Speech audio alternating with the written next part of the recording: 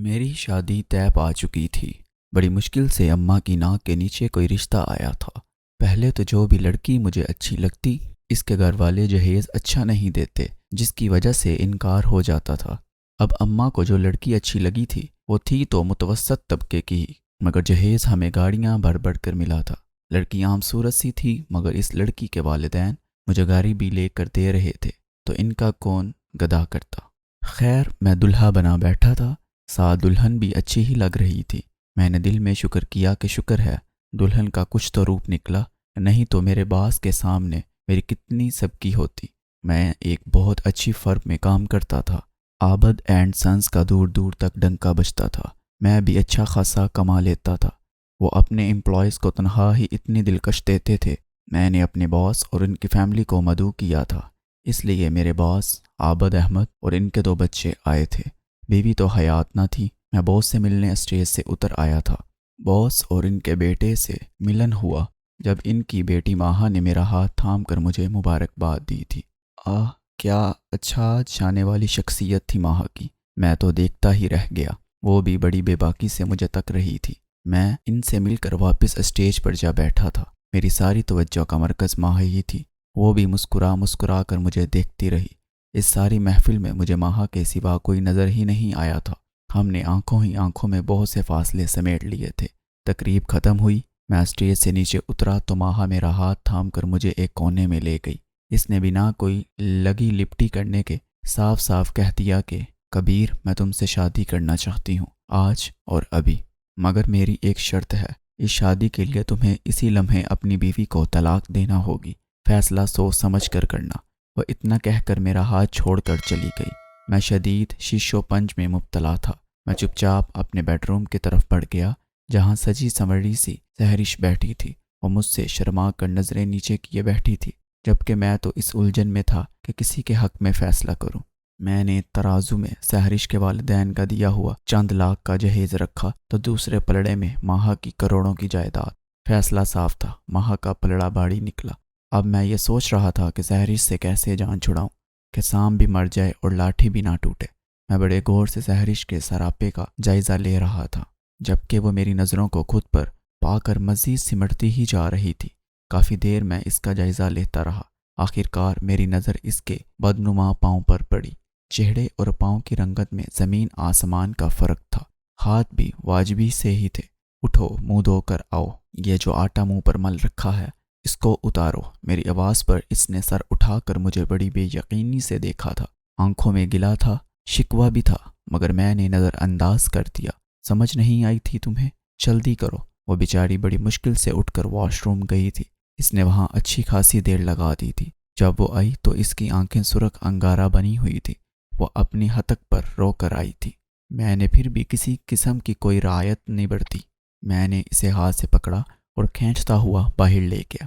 باہر اب بھی مہمان موجود تھے۔ دیکھو لوگوں، میرے ساتھ کتنا بڑا دھوکہ ہو گیا ہے۔ اتنی پیاری دلہن دکھا کر مجھے یہ سڑا ہوا بینگن دے ڈالا ان لوگوں نے۔ میں اس کو کسی طور قبول نہیں کروں گا۔ میری باتیں سن کر میری اماں گھبرائی ہوئی میرے پاس آئی تھی۔ یہ کیا ڈرامہ لگا رکھا ہے؟ میں نے اماں کے کان میں کہہ دیا کہ باس کی کروڑوں کی جائیداد اور اس کی بیٹی۔ اماں مسکرا دی اور بولی، کرتے رہو یہ ڈرامہ۔ میں نے ایک بھی لمحے کی تاخیر کیے بنا سہرش کو طلاق دے دی۔ طلاق کا لفظ سنتے ہی وہ بے ہوش ہو گئی تھی۔ آس پاس کے لوگوں نے آگے بڑھ کر اس پر پانی وغیرہ چھڑکا تھا۔ تب ہی ماہا آگے بڑھی اور بولی کہ میں تم سے شادی کروں گی کبیر۔ سب لوگوں کو سانپ سونگھ گیا تھا۔ آخر یہ ہو کیا رہا تھا؟ بوس آگے بڑھے اور بولے کہ ماہا گھر چلو، ایسا ہرگز نہیں ہو سکتا۔ لیکن اس نے قدرے بدتمیزی سے اپنے باپ کا ہاتھ چٹک دیا اور بولی، میرے معاملات میں دخل اندازی مت کریں۔ میں نے اس شام بوس کی آنکھوں میں اتر جانے والی بے بسی اور بڑے غور سے دیکھا تھا۔ ان کی آنکھیں بھی نم ہو چکی تھیں، مگر وہ چاہ کر بھی کچھ نہ کر پا رہے تھے۔ ماہا کا بھائی علی باپ کو دلاسے دے رہا تھا۔ میرے باس نے پتہ نہیں بیٹے کے کان میں کیا پڑھ کر پھونکا تھا۔ وہ آگے بڑھا اور بولا، چونکہ سہرش کی رخصتی نہیں ہوئی تھی اس لیے اس پر عدت عائد نہیں ہوتی۔ اگر سہرش اور اس کے والدین کو اعتراض نہ ہو تو میں سہرش کو وہ عزت دینا چاہتا ہوں جو کبیر نہ دے پایا۔ میرا جی چاہا میں علی کے منہ پر گن سے برسا دوں۔ اس کی ہمت کیسے ہوئی میری چھوڑی ہوئی لڑکی کو اس گھر میں بیاہ کر لائے جانے کی جہاں میں جانے والا تھا۔ سہرش کے والدین کو یہ موقع غنیمت سے کم نہیں لگا۔ انہوں نے جٹ سے ہاں کر دی۔ یوں آنن فانن ہم دونوں کے نکاح ہو گئے۔ ماہا میری ہوئی اور کالی کلوٹی سحرش علی کی۔ سب کچھ اتنی جلدی میں ہوا کہ ہر کوئی حیران سا تھا۔ واقعات نے اس طرح پلٹا کھایا کہ کسی کو کچھ سوچنے سمجھنے کا وقت ہی نہیں ملا تھا۔ یوں میں عابد انکل کا داماد بن گیا، گردماد۔ کچھ رسمیں ہوئیں، اس کے بعد میں اپنے کمرے میں آ گیا اور سحرش علی کے کمرے میں چلی گئی۔ مجھے نہیں معلوم علی نے اس رات سحرش کو قبول بھی کیا تھا یا نہیں، بس مجھے اتنا معلوم تھا کہ ایک ہی ملاقات میں ماہا میری دیوانی ہو گئی تھی۔ وہ مجھ سے واری صدقے جا رہی تھی، میرے ناز نخرے اٹھا رہی تھی۔ اگلی صبح میں اور ماہا بڑے خوش سے ڈائننگ ہال میں پہنچے تھے۔ ہم دونوں خوشی سے چہچہا رہے تھے، جبکہ علی اور سحرش بجھے بجھے سے خاموش سے تھے۔ مجھے بہت ہنسی آئی تھی، آئی بڑی میرا مقابلہ کرنے والی۔ پہلے نصیب تو مجھ جیسے لاتی کہیں سے وہ۔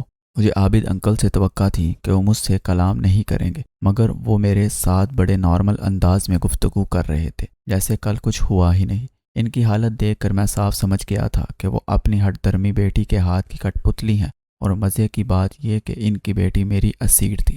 اب وہ وقت دور نہیں تھا جب میرے بھی شیئرز اس عظیم بزنس میں ہونے والے تھے۔ شادی کے 2 ہفتوں کے بعد میں نے آفس جوائن کر لیا تھا، جبکہ علی تو ولیمے کے بعد سے جا رہا تھا۔ سحرش ہر لمحہ اداس رہتی، پتہ نہیں کیوں، مگر اس کی اداسی مجھے بڑا لطف دیتی تھی۔ میں نے نوٹ کیا تھا کہ ماہا مجھے سحرش کے سامنے زیادہ عزت دیتی ہے۔ میرے لیے یہ بھی فخر کی بات تھی۔ میں نت نئے کپڑے خرید رہا تھا، سیر و تفریح کے لیے کبھی کہیں جا رہا تھا تو کبھی کہیں۔ میری شخصیت تو پہلے بھی جاذب نظر تھی، مگر اب تو دولت کی ریل پیل نے مجھے مزید نکھار دیا تھا۔ لوگ اب مجھے عزت کی نگاہ سے دیکھتے تھے۔ آخر میں عابد انکل کا دماغ جو تھا، اس دن سے پہلے دن بڑے خوبصورتی سے گزر رہے تھے۔ مجھے نہیں معلوم تھا کہ وہ منحوس دن میری بساط ہی پلٹ دے گا۔ تو ہوا کچھ یوں کہ ایک دن میں نے سحرش کو بڑا اداس سا پایا، جیسے کہ وہ اکثر ہوا کرتی تھی، مگر جیسے ہی علی گڑھ داخل ہوا وہ کھلکھلا سے اٹھی تھی۔ علی بھی اس سے بڑی گرم جوشی سے ملا تھا۔ پھر وہ دونوں اپنے کمرے میں چلے گئے۔ میں سوچتا ہی رہ گیا کہ ان کے آپس میں کیسے بن گئی۔ سحرش کیسے خوش نظر آ سکتی ہے؟ خوش ہونے کا تو صرف مجھے ہی حق ہے۔ مجھے نہ جانے کیوں سحرش سے جلن سی ہوئی تھی۔ رات گئے جب وہ کمرے سے نکلی تو سیدھی کچن میں گھس گئی۔ میں بھی سب سے نظر بچا کر کچن میں گھس گیا تھا۔ وہ چائے بنا رہی تھی۔ سحرش کیا مل گیا تمہیں علی کے ساتھ شادی کر کے؟ تم تو اپنے جیسے کسی مڈل کلاس لڑکے کے ساتھ ہی جچتی۔ پھر دیکھو نا، وہ تمہیں وقت بھی نہیں دیتا اور نہ ہی تمہارا خیال رکھتا ہے۔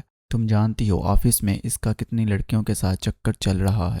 اور میری باتوں کو انسنا کر کے چائے بناتی رہی تھی، یعنی میں تو کچھ تھا ہی نہیں۔ اس نے تو مجھے جواب تک نہ دینا گوارا نہیں کیا تھا۔ اتنے میں وہاں پانی لینے کچن میں آ گئے۔ اس نے ہم دونوں کو یوں تنہا دیکھ کر نہ جانے کیا مطلب لیا تھا۔ وہ مجھے روم میں لے کر گئی تھی، مجھ پر خوب چیخی چلائی تھی۔ جو گڑھا میں علی کے لیے کھود رہا تھا اس میں خود گر گیا تھا۔ ماہا مجھ پر شک کرنے لگی تھی۔ وہ یہی سمجھتی تھی کہ میں سحرش کے پیچھے ہوں۔ ماہا نے مجھ سے بہت برا سلوک روا رکھا تھا۔ میں اس کی منتیں کرتا رہا۔ 2 ہفتوں بعد جا کر کہیں ماہا کا موڈ ٹھیک ہوا تھا۔ پھر ہم دونوں دبئی چلے گئے۔ وہاں سے 2 ہفتے بعد لوٹے تو گھر کا نقشہ ہی بدل چکا تھا۔ علی اور انکل تو سحرش کے واری صدقے جا رہے تھے۔ ملازمین پر اس کی اجارہ داری تھی، ہر چیز اس کے حکم سے ہو رہی تھی۔ میں یہ سب بڑی مشکل سے برداشت کر رہا تھا، مگر کیا کرتا، میں کچھ کر بھی تو نہیں پا رہا تھا نہ، کیونکہ ماہا نے مجھے سر سے اتار کر جوتی کی نوک پر رکھنا شروع کر دیا تھا۔ وہ بات بات پر مجھے بے عزت کرتی، میں بس زہر کے گھونٹ بھر کر رہ جاتا۔ غصہ تو مجھے بھی آتا مگر میں قابو کر جاتا۔ ابھی سے اگر میں ماہا کو غصہ دکھانے لگ جاتا تو پھر امیر بننے کا خواب ہی رہ جاتا۔ ابھی تک ماہا نے میرے نام پر پھوٹی کوڑی بھی نہیں کی تھی۔ جب بھی میں اس سے کسی چیز کا تقاضا کرتا وہ مجھے 2 کوڑی کا کر کے رکھ دیتی۔